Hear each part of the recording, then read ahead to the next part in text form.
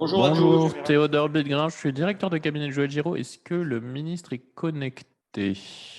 Toujours pas. Je- Normalement, il est au consulat général, donc il doit bientôt se connecter. C'est imminent. Je vous tiens au courant. Après la grande phase de la métropolisation, c'est peut-être le temps de la ruralité qui est en train de s'ouvrir. C'est des solutions finalement peu coûteuses pour la collectivité, mais toujours à chaque fois pleines de bon sens en fait. Moi, je ne crois pas qu'il y ait une ruralité. La ruralité, ça se conjugue au pluriel. Les cafés de campagne avec Insit.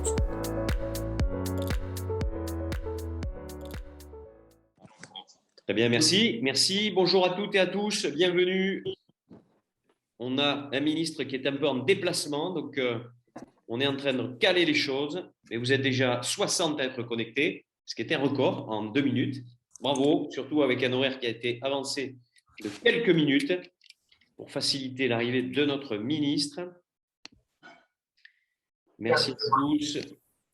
Pensez bien à allumer vos caméras parce que à Insit, ce qui est important, c'est de voir les gens.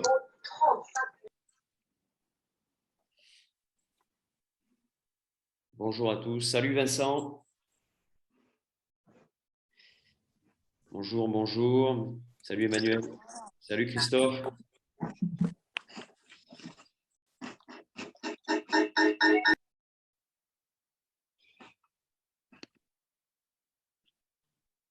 Ça se connecte. Salut Grégoire. Salut Céline. Bonjour à tous. En plus, il y a même des gens qui sont connectés à plusieurs devant la caméra, donc ce qui fait que ça démultiplie le nombre de personnes présentes. C'est tout à fait remarquable.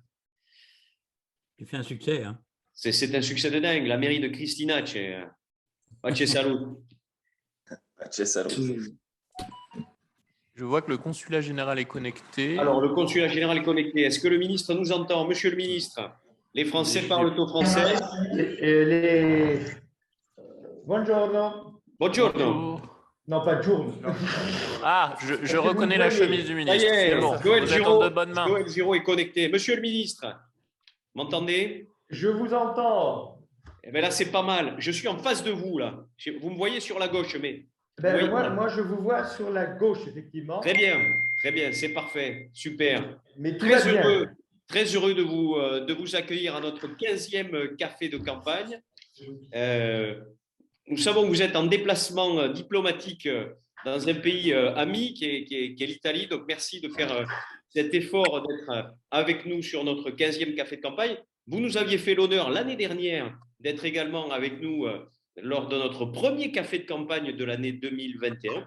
Vous nous faites l'honneur d'être avec nous sur le premier café de campagne de l'année 2022. Entre-temps, notre beau mouvement, comme vous le savez, c'est développer vitesse grand V. Nous avons eu la chance et l'honneur de signer une convention avec vous lors du Salon des maires pour souligner l'engagement du ministère et de l'Agence nationale de la cohésion des territoires au service de la dynamisation de ce qu'on appelle l'ultra-ruralité via Insit.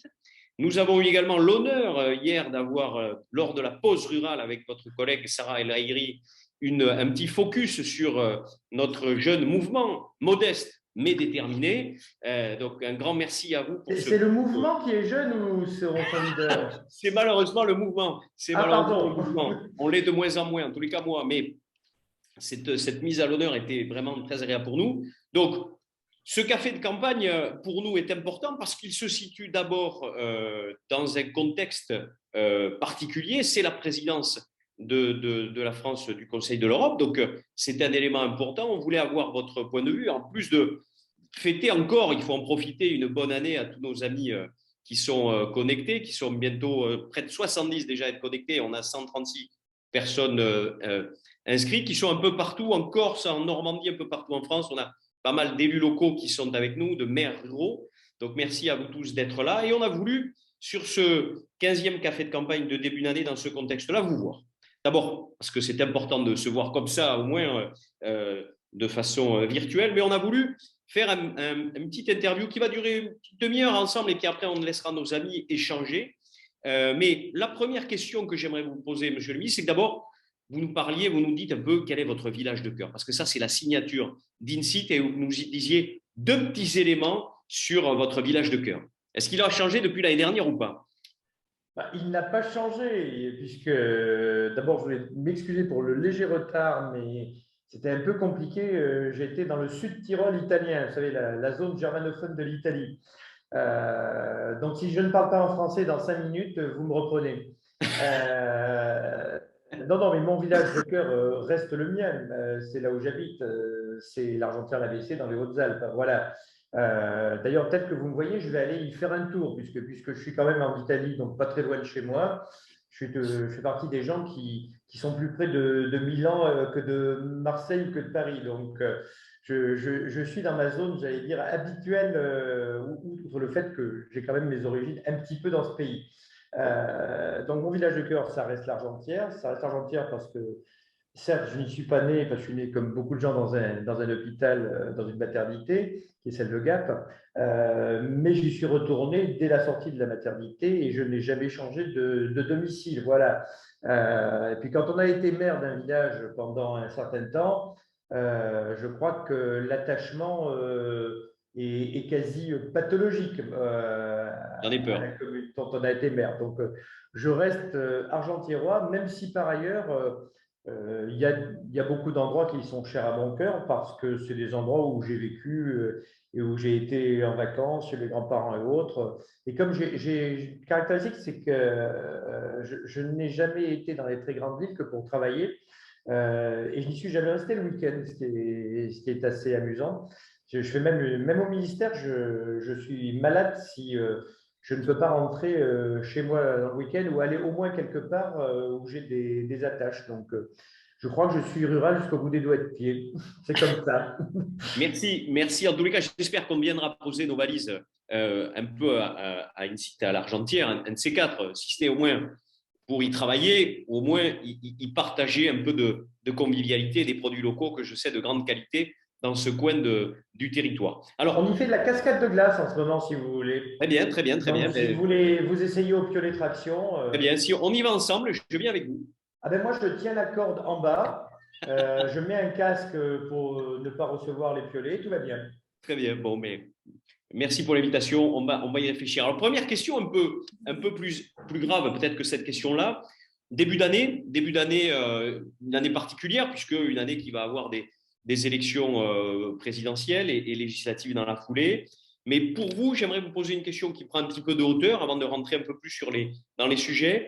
Les enjeux pour les territoires ruraux en 2022, dans cette année un peu particulière, si vous aviez un peu à les cibler, vous diriez qu'ils se posent sur quoi?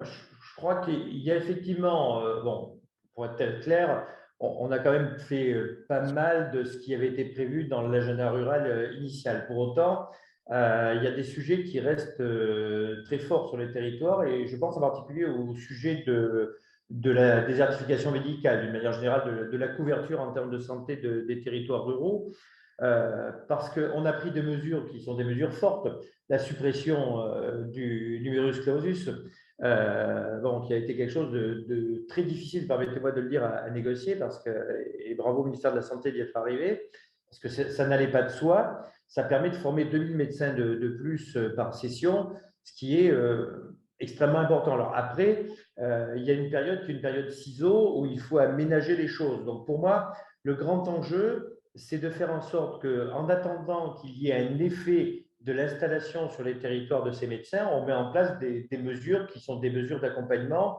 Vous l'avez vu, les mesures provisoires qui sont devenues, elles, définitives et qu'il faut encore conforter en matière de télémédecine, les mesures prises dans la loi 3DS qui juridiquement stabilisent la possibilité d'avoir des médecins salariés des collectivités et notamment, j'allais dire, des dispensaires départementaux comme il y en a en Saône-et-Loire pour pouvoir combler des manques. Parce que les ARS sont censés faire ça. Mais les ARS, d'abord, ce n'est pas des bureaux de placement, donc ce n'est pas toujours dans leur culture. Mais au-delà, il y a la crise de la Covid aussi qui a complètement bouleversé ça. Alors, si j'ai un souhait sur 2022, c'est qu'on puisse arriver à avoir une convergence des mesures des collectivités en la matière et des mesures d'État. C'est-à-dire que les agents placés, entre guillemets, dans les ARS puissent faire ça avec les collectivités locales qui sont maintenant autorisées à le faire.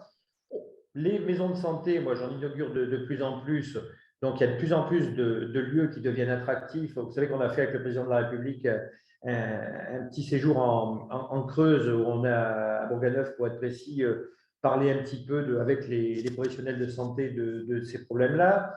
Il y a le nombre d'heures qu'il faut augmenter et mieux cibler, je pense, pour les stagiaires, qui sont les stagiaires internes de dernière année. On a augmenté de 50% la prime des médecins qui les accueillent pour qu'ils soient, je dirais, plus favorisés, je dirais, dès lors qu'il y a un médecin référent des universités et des CHU sur les territoires. Bref, on a pris un tas de mesures, mais je pense qu'il faut continuer, parce que là, c'est un combat qui est un combat permanent, à accompagner ces territoires. Bon, moi, ça me semble être le principal, mais il y a un deuxième combat, ou deux combats qui vont souvent d'ailleurs ensemble, qui sont les combats sur la jeunesse en ruralité et la mobilité de ces jeunes. Et là, je pense que, bon, on a fait des choses, vous savez, j'ai voulu ce développement que vous avez d'ailleurs parfaitement accompagné des VTA, des volontaires territoriaux en administration, c'est-à-dire faire en sorte qu'il y ait des jeunes qui arrivent avec un ticket de 15 000 € pour la collectivité qui les embauche, ou l'association d'élus, peu importe, et qui font de l'ingénierie sur un temps court de 12 à 18 mois, avec un accompagnement d'une association qui est des territoires aux grandes écoles pour qu'ils puissent éventuellement d'ailleurs reprendre des études dans les grandes écoles.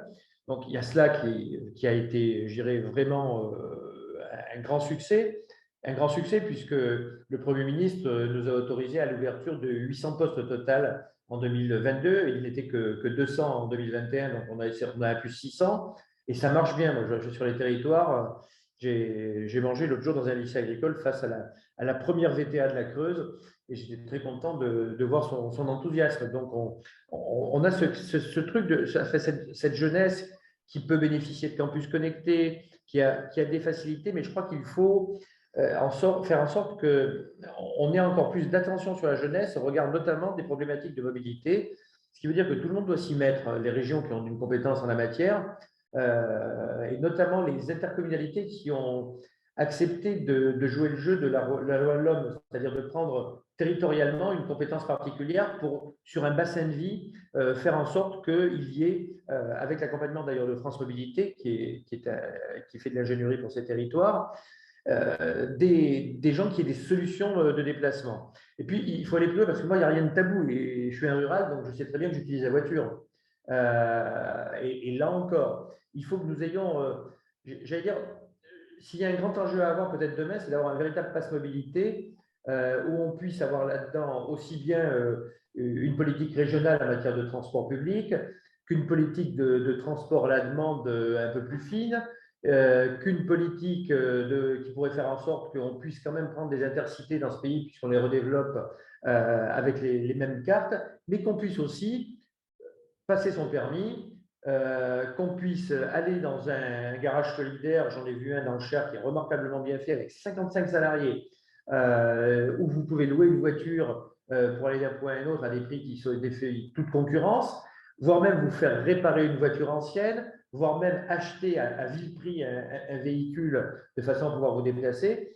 Je crois que l'important, c'est d'avoir des solutions qu'il faut mettre en place maintenant. C'est peut-être l'objet d'un agenda rural numéro 2, qui sont des solutions de mobilité pour les jeunes et qui soient adaptées à tous les territoires parce que tous ces territoires sont bien différents. Donc, moi, je crois que ces deux aspects-là, la santé d'un côté et d'un autre côté, jeunesse et mobilité, sont, j'allais dire, les deux terreaux qu'il faut le plus travailler dans les années qui viennent, de façon à ce que la ruralité demeure conquérante.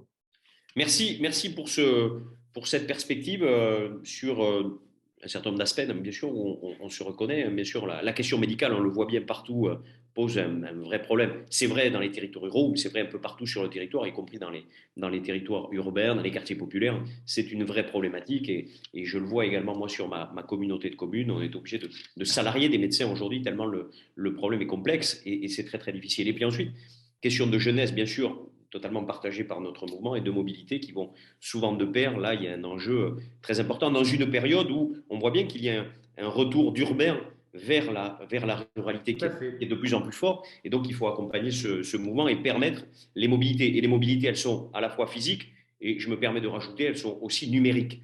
Il y a la question de de la numérisation et de la connexion des territoires qui est un enjeu très, très important.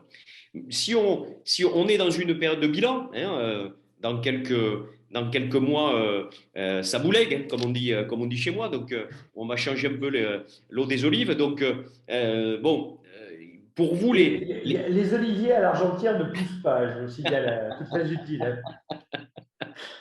Il y a de très bonnes endives, en revanche, sous la neige, sous les ponts. Vous avez évoqué déjà quelques éléments. Pour vous, les grandes avancées de ce mandat, selon vous, sur les questions de ruralité, si vous en aviez 4 à nous dire, vous diriez lesquelles qui sont majeures, sur lesquelles on pourra potentiellement s'appuyer, et les futures majorités de demain, et nous, acteurs de territoire, sur lesquelles on pourrait s'appuyer, qui sont pour vous saillantes. Les plus saillantes, ce serait quoi? Alors, très honnêtement, il y en a plus de 3, puisque déjà, il y a l'agenda rural qui avait 181 mesures. Donc, les 181 mesures qui sont réalisées à 93,5%, ça en fait quand même déjà beaucoup, avec des mesures qui sont des mesures phares. En plus, comme je vous le disais, j'en ai rajouté d'autres, parce qu'il n'y avait rien sur l'égalité homme-femme et il n'y avait rien sur les droits LGBT, comme si les deux sujets n'existaient pas dans le monde rural. Alors que justement, ils existent encore plus, puisqu'on est plus facilement invisible dans le monde rural encore que dans le monde urbain, dans un certain nombre de circonstances. Mais moi, la première chose qui me semble importante, c'est d'avoir eu comme fil conducteur permanent la volonté de remettre de l'ingénierie dans les territoires. Pour moi, ça, c'est le fil conducteur. Bon, vous savez, j'ai été maire pendant 28 ans.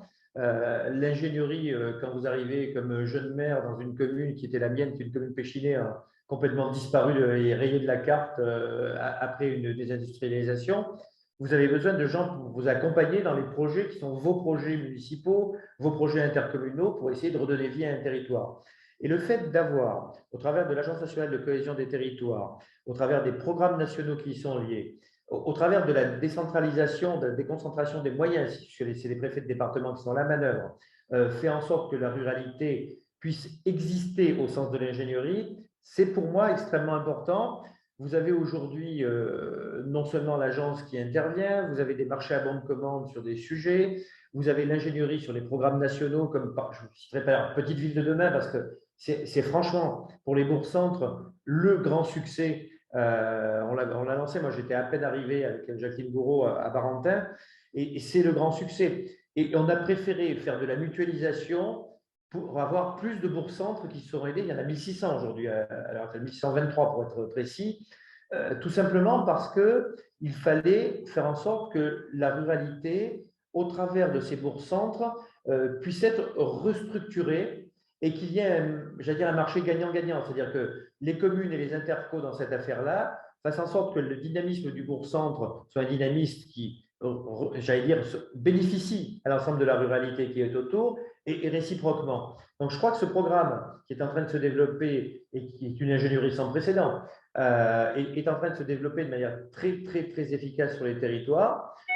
Il y a des priorisations, comme vous le savez, de financement qui vont avec.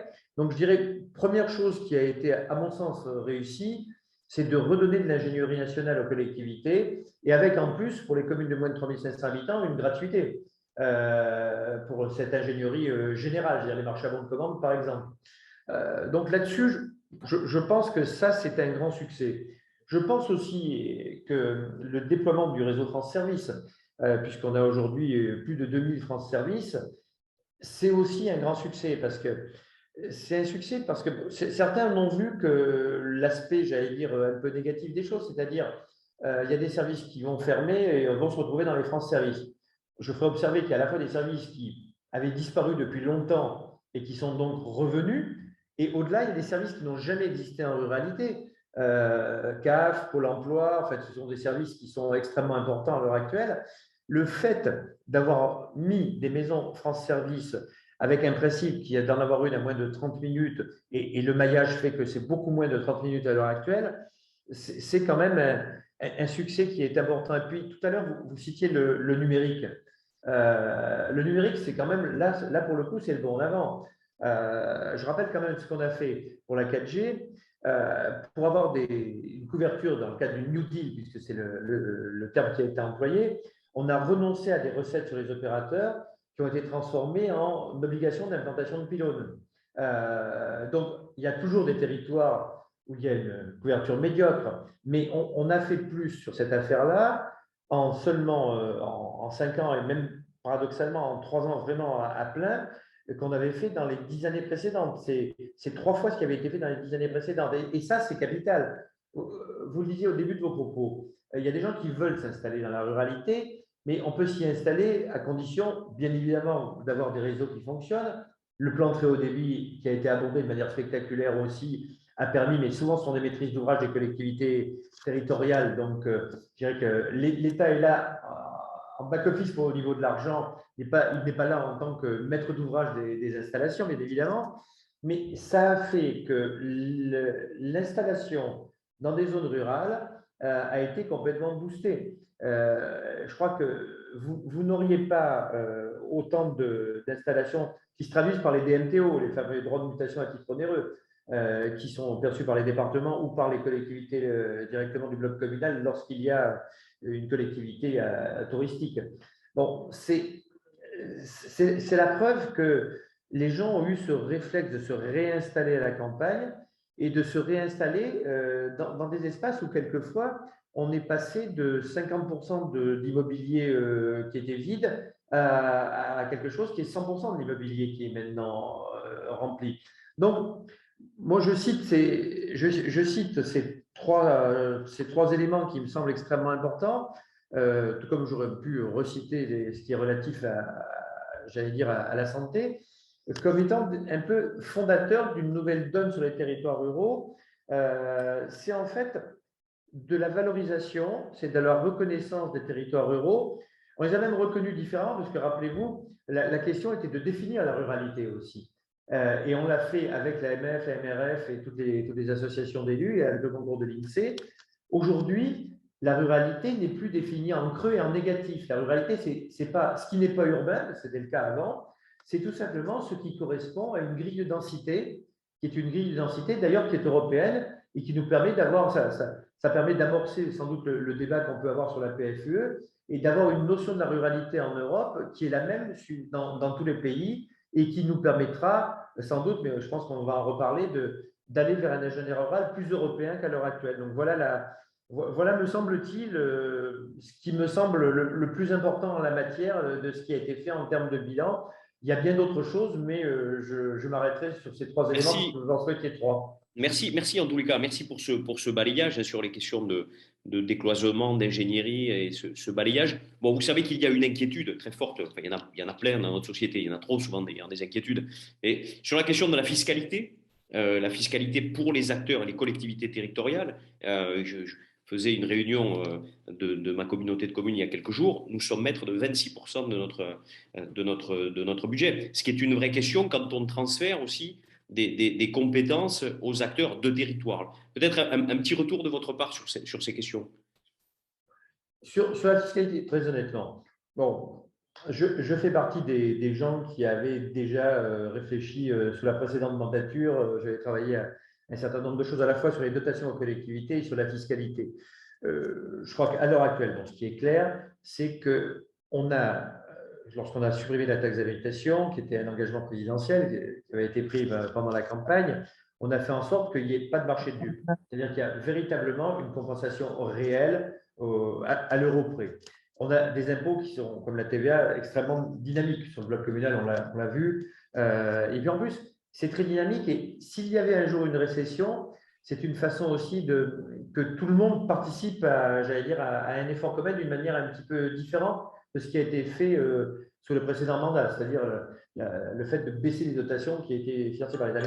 Moi, je crois qu'on n'échappera pas à une réforme à terme de la fiscalité, pas que la fiscalité locale. Alors, je suis un peu particulier parce que je suis un vrai radical. Donc, j'estime que l'impôt devrait être payé par tout le monde, même pour 1 euro. Mais ça, c'est une opinion qui m'est personnelle, j'allais dire. Ça n'est pas une opinion du gouvernement. Et je crois que, parce que le sens de votre question, je le sens, et je le sens bien en tant qu'élu, c'est qu'il y ait un rapport entre la fiscalité et le consentement à l'impôt, c'est-à-dire que l'on puisse dire on fait ça grâce aux fiscalités, donc grâce à ce que vous vous payez à la collectivité. Donc, c'est en ce sens-là qu'il y a une pédagogie de l'impôt qui est à réinventer, à mon sens. Je rappellerai que c'est Caillot qui a inventé l'impôt sur le revenu, donc c'était radical, et qui d'ailleurs avait été très critiqué à l'époque, notamment par un journal connu qui existe toujours au niveau national, mais qui ne dit plus la même chose. Et je crois qu'il va falloir qu'effectivement on ait là-dessus une réflexion sur ces réformes au sens du consentement à l'impôt à tous les niveaux. Très bien. Merci infiniment pour cette précision. Si on prend encore un peu plus de hauteur, présidence française du Conseil de l'Union européenne, pour vous, on sait bien que c'est une période qui est compliquée, 3 mois là, de présidence, et puis après, il y a les échéances électorales qui arrivent, etc. Donc, c'est un moment court, donc un moment qui doit forcément être intense. Vos priorités là sur cette question, j'ai bien entendu l'agenda rural européen.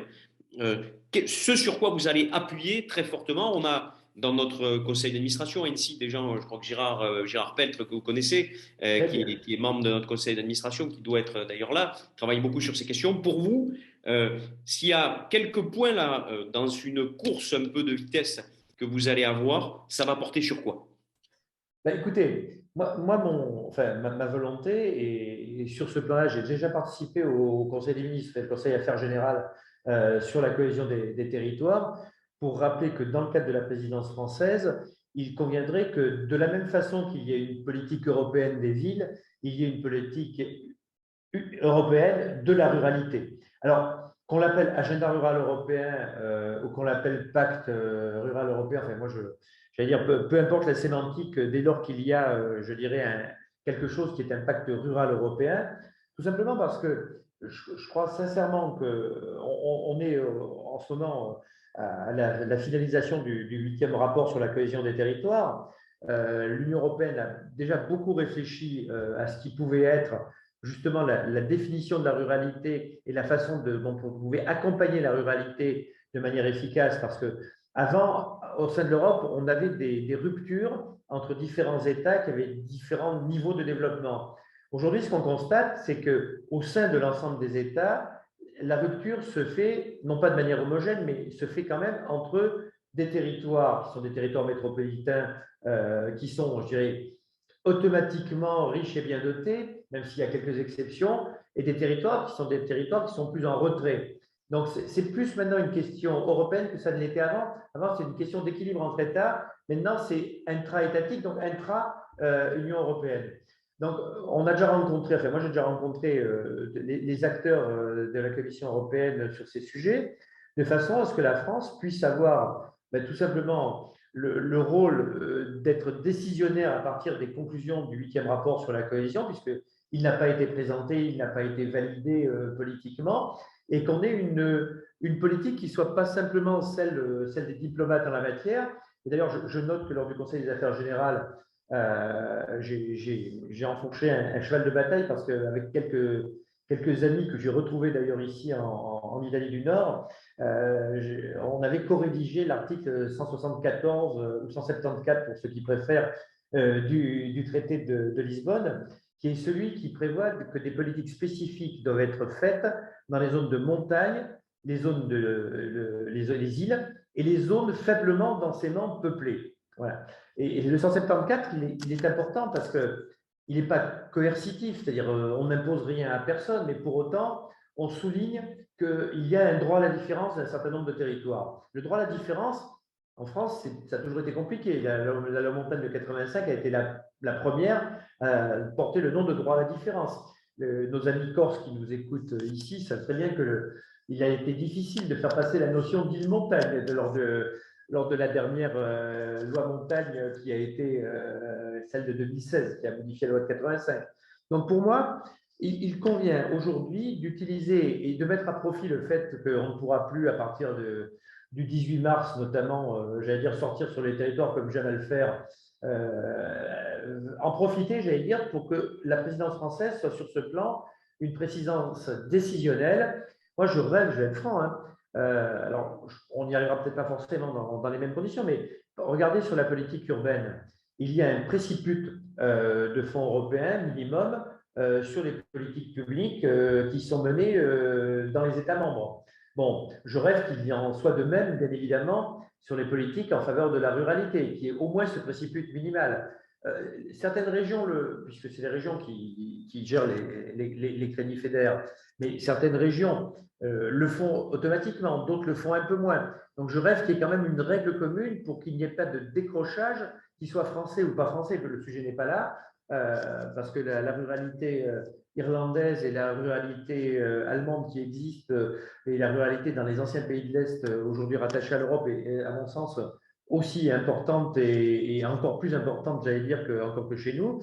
Je rêve qu'il y ait, à ce titre-là, ces politiques spécifiques, et c'est à ce à quoi, avec Jacqueline Gouraud, nous allons nous employer dans le cadre de cette PFUE, qui est, pour un europhile comme moi, importante. Et puis, Gérard Peltre nous écoute, mais l'agenda rural français, finalement, c'est la déclinaison nationale d'une idée qui était européenne à l'origine.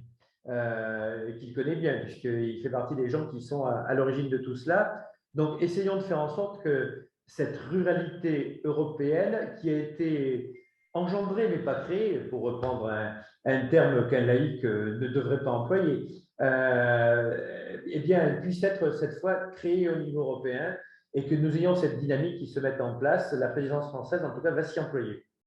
Merci pour ce retour.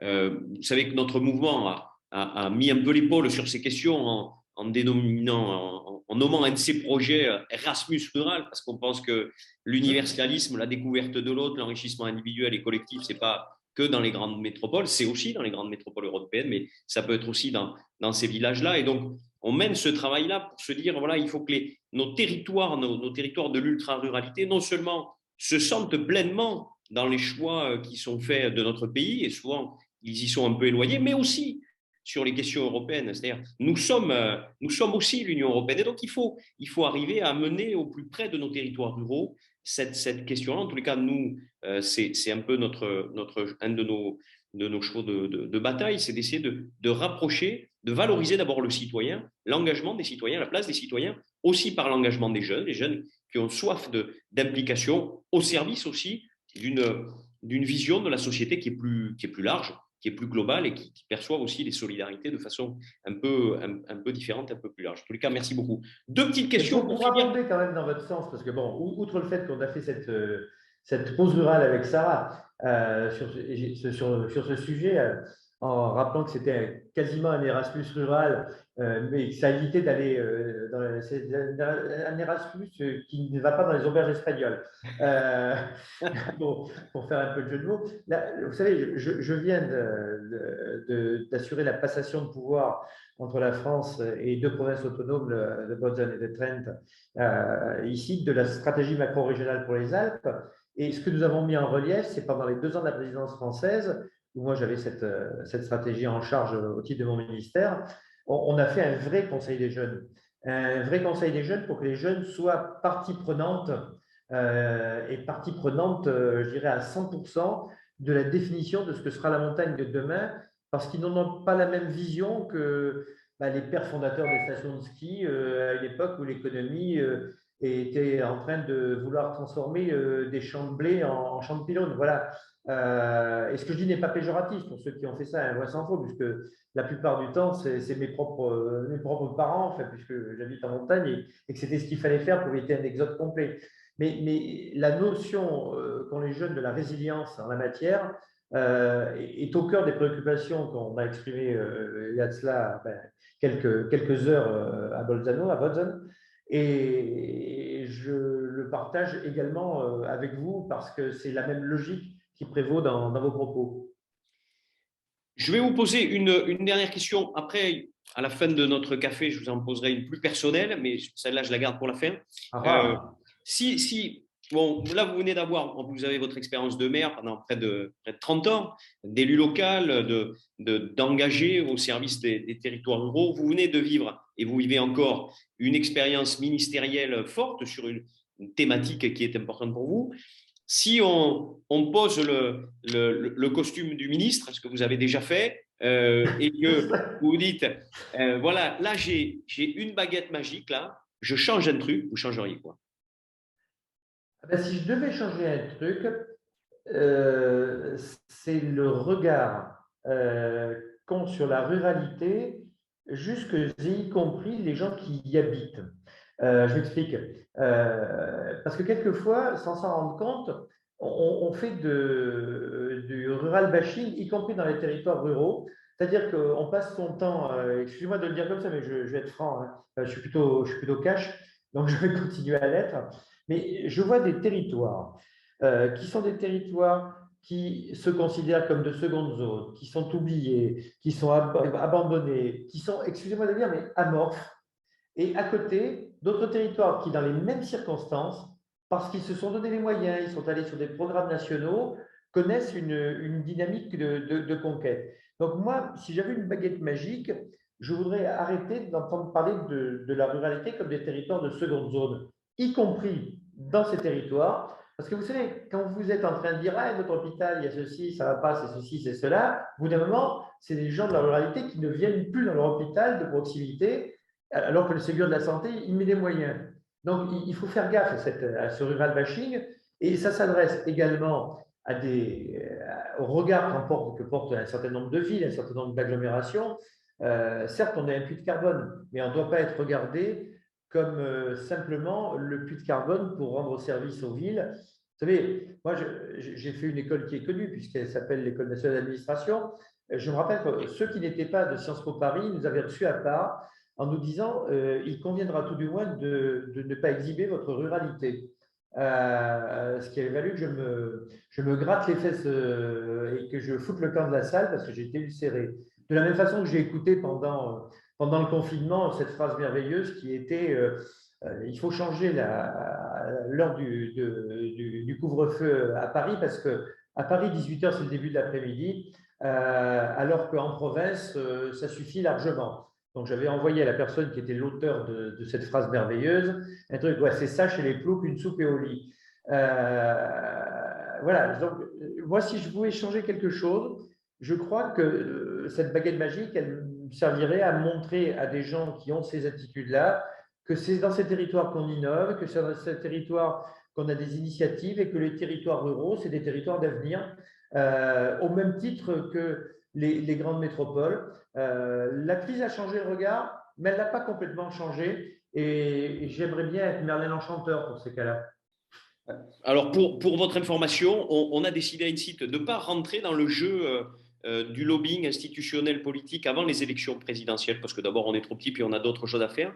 Mais après les élections et après les législatives, on travaillera sur cette question-là, sur la question de la valorisation d'une ruralité qui est aujourd'hui une ruralité innovante, transverse, solidaire, et non pas une ruralité à inégalité de dignité qui serait triste, refermée sur ses traditions et qui serait pleurnicharde. Non, on est porte-parole, en tous les cas on le sera avec d'autres, d'une ruralité qui veut défendre son côté innovant, son côté dynamique, son côté généreux, j'insiste là-dessus, son côté solidaire, parce que c'est ce que nous voyons sur le terrain d'abord, de tous ces porteurs de projets auprès desquels nous travaillons, et c'est en tous les cas, c'est là où nous porterons le fer, avec certainement un grand rassemblement, où on vous invitera à l'automne pour, en vrai, on l'espère, physiquement, pour faire valoir ce type de ruralité. Alors, il nous reste encore… Pour que je sois là à l'automne, il faut quand même qu'il y ait quelques préalables.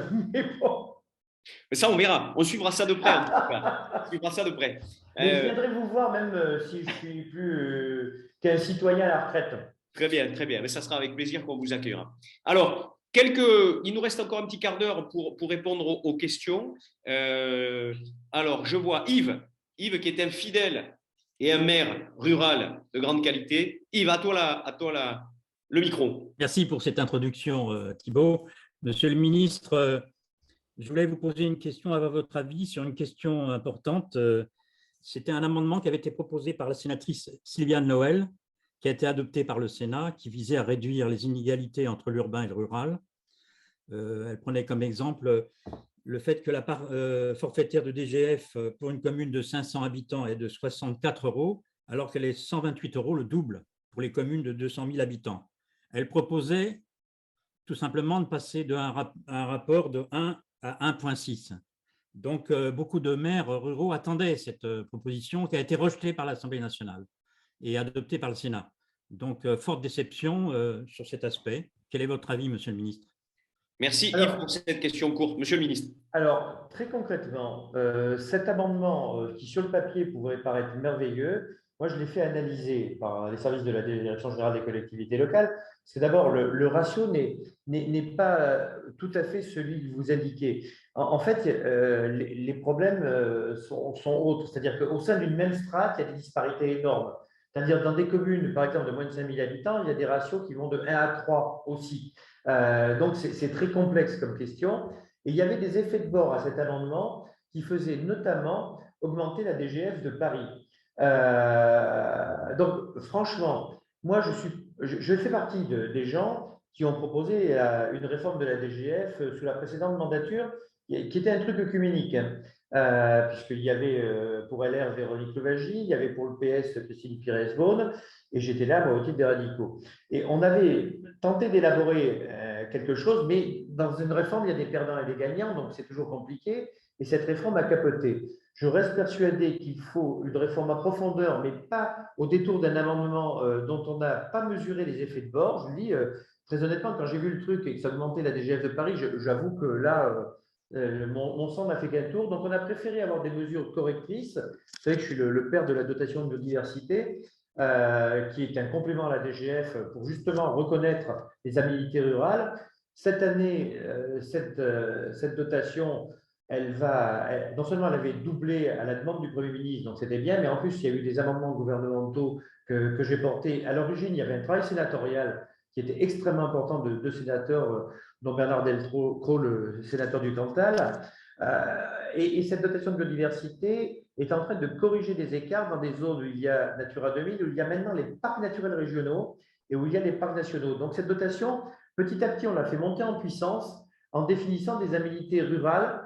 Ça pourrait être un jour, je ne sais pas, les forêts de protection, les séries environnementales dans les forêts, enfin, que sais-je encore, pour pouvoir rééquilibrer au sens des aménités rurales, puisqu'il y avait un rapport qui avait été demandé et qui ne voyait que comme solution, justement, d'abonder cette dotation que j'avais créée comme rapporteur général du budget. Donc, je suis plutôt sur cette logique. Et si on peut faire la grande réforme de la DGF, j'y reste favorable. Il y a un texte qui était déjà prêt, mais qui, je veux dire, avait heurté trop, semble-t-il, de sensibilité. Je comprends que vous appelez de vos voeux une réforme de la fiscalité. Oui. Donc, peut-être que dans les semaines qui viennent, lorsque certains candidats feront état de leur programme, peut-être qu'on verra apparaître, en tous les cas je le souhaite, une réforme de la fiscalité qui aille dans ce sens-là. Je compte sur vous. Pierre, une question courte, s'il te plaît, pour qu'on puisse laisser la parole circuler. Alors, moi, c'était au sujet les CIVAM, d'abord, c'est les centres d'initiative pour valoriser l'agriculture et le milieu rural. Monsieur le ministre, là, vous avez été interpellé quand vous êtes venu ce matin sur les problèmes de confinement des volailles. Et donc, alors, il se trouve que c'est toujours les petits agriculteurs qui font les frais des réformes. Par exemple, la réforme pour nommer des référents bien-être animal dans les élevages de volailles et de porcins. Moi, j'étais éleveur de porcs noirs en plein air et mon élevage n'avait rien à voir avec les animaux qui sont élevés en batterie. Donc, je veux dire qu'on met tout le monde dans le même panier et puis le problème, c'est que ça se fait au détriment des petits agriculteurs et la ruralité, elle ne vivra qu'avec des petits agriculteurs. Voilà, donc c'est comment vous pouvez intervenir auprès, peut-être c'est plus de la compétence du ministère de l'Agriculture, mais la ruralité quand même, c'est la base, elle est avec les agriculteurs et donc c'est comment vous pouvez-vous intervenir là-dessus.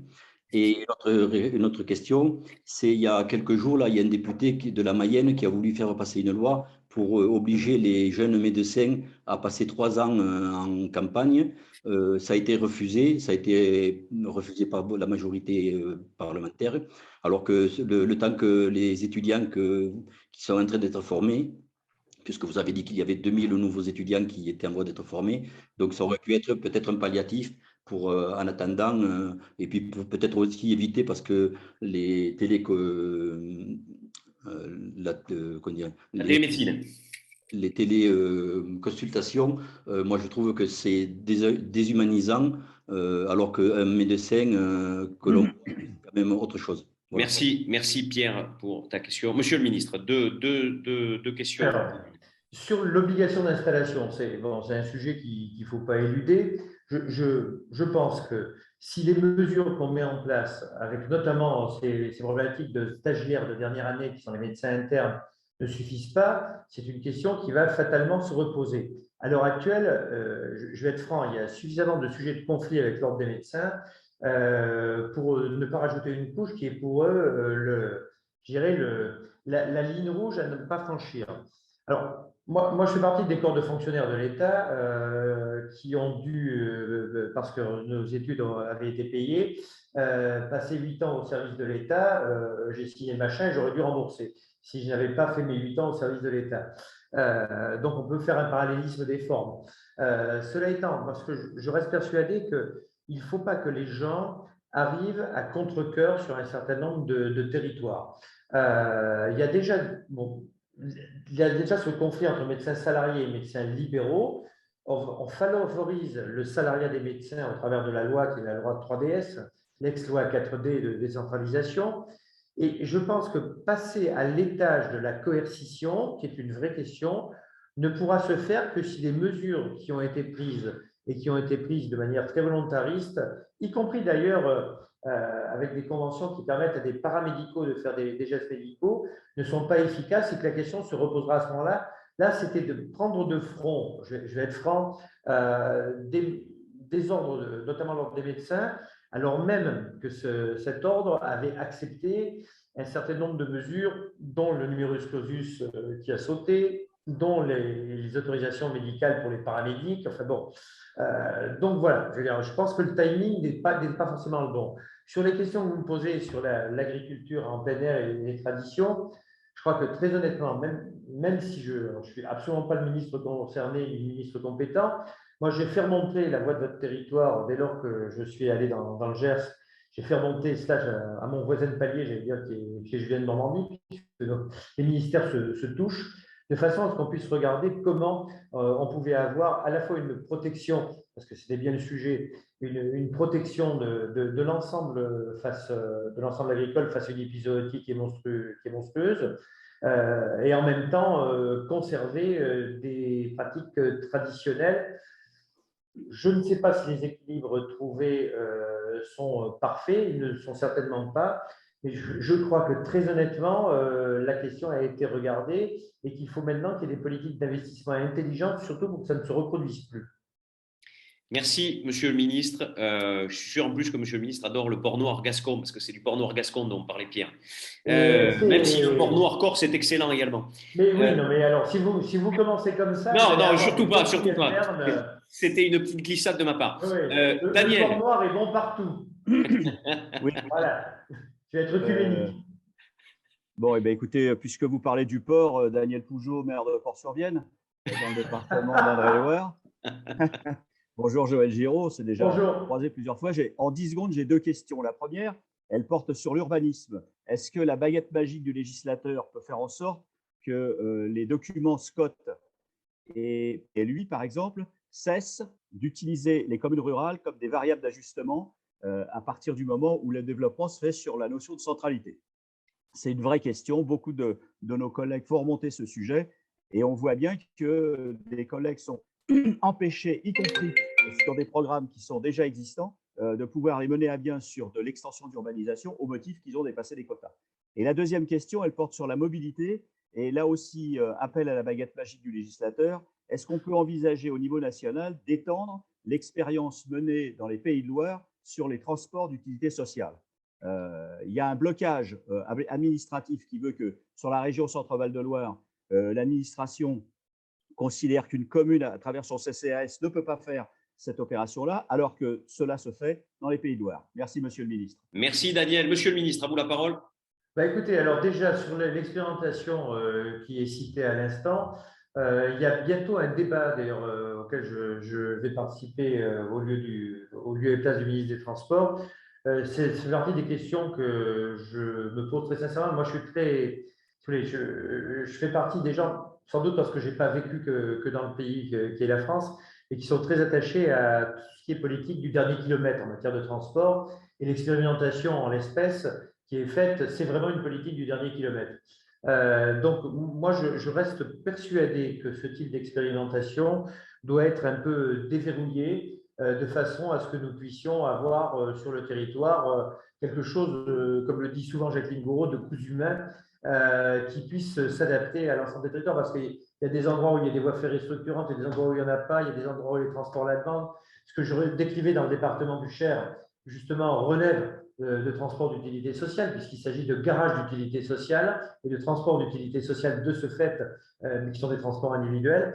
Donc, je reste persuadé qu'il faut effectivement que nous arrivions à déverrouiller tout cela de manière la plus efficace possible. Et la première question était sur quoi déjà? Excusez-moi, j'ai perdu le fil. Sur l'urbanisme. Sur l'urbanisme. Alors, sur l'urbanisme, mais d'une manière plus générale, sur l'urbanisme, bon, je connais les craintes qui existent, notamment sur le problème de l'artificialisation nette et du zéro artificialisation nette. Alors, sachez une chose, c'est que on vient de co-rédiger une circulaire qui est une circulaire qui a été signée par le Premier ministre. Elle a été publiée il y a quelques jours de cela, pour que justement il y ait bien une compréhension de la part des préfets qui sont souvent démunis face à leur direction des territoires, qui est quelquefois une conception un petit peu plus, j'allais dire, étroite qu'eux, pour que toutes ces questions soient vues d'une manière plus large à l'échelle de la région, à l'échelle du département, et qu'on arrive au niveau local à avoir surtout, on va dire, quelque chose qui n'est pas une sanction vis-à-vis des territoires qui ont été vertueux, parce que c'est ça le sujet. Donc, c'est écrit en toutes lettres dans la circulaire. C'est d'ailleurs un apport du ministère de la Cohésion des Territoires sur cette circulaire, ainsi que l'association à la fois de l'AMF et de la MRF, qui n'était pas prévue non plus initialement par les textes. Je pense que grâce à cette circulaire, on va arriver quand même à déverrouiller ce système dont je conviens avec vous qu'il n'est pas du tout appliqué de la même façon sur tous les territoires. Ça dépend là du directeur départemental des territoires, là d'une autre instance. Et je crois qu'elle va nous permettre effectivement d'avoir un petit peu de respiration là-dessus, ce que vous appelez de vos voeux. Merci beaucoup, Monsieur le ministre. Je passe enfin pour terminer la parole à Denise, qui vient de ce charmant petit village des Alpes-Maritimes de Lieuche et qui s'occupe beaucoup des villages pastoraux. Oui, bonjour à tous. Monsieur le ministre, bonjour. J'avais eu la chance de vous rencontrer en Corse lors de l'Assemblée générale de l'ANEM. Absolument. Vous nous aviez reçus fort gentiment. Et moi, je voulais vous parler bien sûr de pastoralisme et des difficultés que nous rencontrons dans nos territoires. On avait un peu échangé sur le sujet, mais cela s'étend maintenant à de nombreux départements. Les chiens de protection qui sont imposés à nos éleveurs entraînent des grandes difficultés, aussi bien pour les élus que nous sommes et pour ces acteurs de nos territoires pastoraux. Et nous avons essayé de réfléchir à une communication importante pour prévenir tous ceux qui viennent dans nos belles montagnes. Et nous, en dehors on va dire des panneaux, etc., pour prévenir du danger de la rencontre avec ces chiens qui ne font que leur travail, il nous est venu l'idée que peut-être le gouvernement pourrait aider en faisant une vraie communication télévisuelle qui toucherait tous les Français, toutes les familles françaises, pour prévenir de la bonne attitude à avoir, parce que le résultat de tous ces problèmes que l'on rencontre fait que des pans entiers de nos montagnes ne vont plus être loués aux éleveurs, car les élus se retrouvent au milieu de leurs administrés, au milieu des touristes, des chasseurs, etc. Et que, voulant à la fin fuir toutes ces difficultés, ils préfèrent ne plus renouveler les contrats qui les lient aux éleveurs. Donc voilà, c'était une question que je vous posais. Est-ce que vous pourriez nous appuyer sur ce sujet? Merci Denise. Monsieur le ministre. Alors, je dois partir dans 1 minute pour info, parce que j'ai le TGV qui n'attendra pas en gare de Milan. Bon, simplement, moi je suis entièrement d'accord avec vous. Quand on s'était vu, on a passé les infos au ministère de l'Agriculture, qui est le ministère compétent. Et si vous le souhaitez, on peut se revoir cette fois à Paris de façon à faire en sorte que ces campagnes de communication puissent être accompagnées, parce que je crois à la pédagogie. Vous m'avez parlé de la pédagogie vis-à-vis des écoles aussi, qui est particulièrement importante. Et je continue à croire à la pédagogie plutôt à la coercition ou à des grands effets de manche. Voilà. Merci beaucoup. Merci, monsieur le ministre. Juste, s'il reste 30 secondes. 30 secondes. Qu'est-ce que vous retirez de cette expérience à titre perso? C'est une expérience géniale parce que, en fait, quand on est dans un ministère comme celui de la cohésion des territoires, on passe son temps à faire de l'interministériel. Donc, on a l'impression d'être le Premier ministre de tous les sujets. Donc, c'est forcément valorisant. Non, mais blague à part, moi, j'ai pris mon pied quand j'étais rapporteur général des finances parce qu'on a une influence sur la machine financière de l'État qui est assez importante. Et là, je vais être aussi clair et cash, je prends mon pied aujourd'hui parce que arriver à faire en sorte que dans toutes les grandes directions d'administration centrale de l'État, que dans toutes les préfectures, il y ait un référent ruralité pour que ces questions ne soient pas passées à la trappe de l'ensemble des autres questions, c'est à la fois une grande fierté, mais en même temps le sentiment de nous voir quand même pas mal accompli. Merci, monsieur le ministre. Bon retour chez nous et à très bientôt. Merci, chers amis. Alors, il y a plein de questions qui ont été posées. Ce que je vous propose, c'est qu'on va les faire passer directement. Le ministère était déjà connecté et a répondu à un certain nombre de mystères. Voilà, merci beaucoup pour le relais au sein du ministère. On fera passer les questions si jamais elles n'ont pas été prises et puis il y aura un retour directement qui sera fait à toutes les personnes qui ont posé des questions. En tous les cas, un grand merci au ministère et au ministre pour son intervention. Notre prochain café de campagne sera le 24 février et traitera sur la question d'animation culturelle de nos territoires ruraux. Donc, je vous invite à y participer nombreux. Vous avez été le café de campagne où il y a eu plus de monde. Voilà, donc merci à vous. Ça monte, la ruralité et nos territoires ruraux. Ça s'arrosera. Merci en tous les cas à toutes et à tous. Prenez soin de vous. Elsa, on va se mettre le petit jingle de fin quand même. Après la grande phase de la métropolisation, c'est peut-être le temps de la ruralité qui est en train de s'ouvrir. C'est des solutions finalement peu coûteuses pour la collectivité, mais toujours à chaque fois pleines de bon sens en fait.